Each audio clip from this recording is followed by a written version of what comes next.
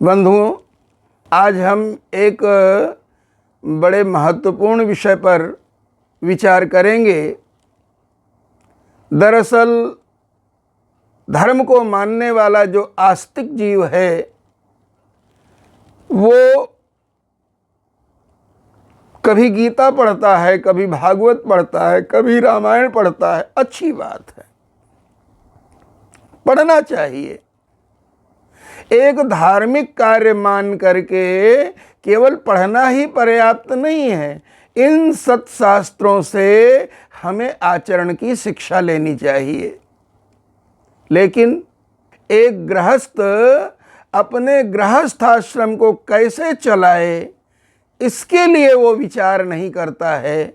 इसीलिए आज हम चर्चा का विषय रखे हैं गृहस्थ गीता।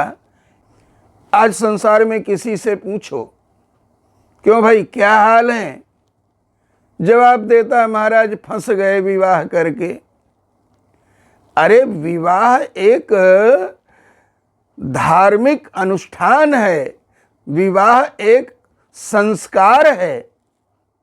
हमारी काम वासना समाज को दूषित न करे और स्वयं हमारे चरित्र को कलंकित न करे, इसके लिए एक विवाह का बंधन बनाया गया।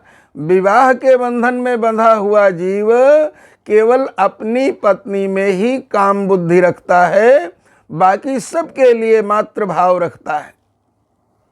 जननी समझा नहीं पर नारी, धन पराओ विस्ते विष भारी। और शास्त्र तो यहाँ तक कहता है कि एक समय के बाद अपनी पत्नी में भी उस वासना को इतना सीमित कर देना चाहिए, यदि इंद्रियों पर और मन पर कंट्रोल न हो तो भी अधिक से अधिक जो है संयम का पालन करते हुए एक तपोमय गृहस्थ जीवन जीना चाहिए। क्योंकि पति और पत्नी गृहस्थाश्रम के दो चक्र के समान हैं।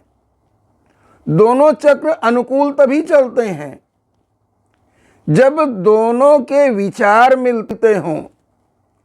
आज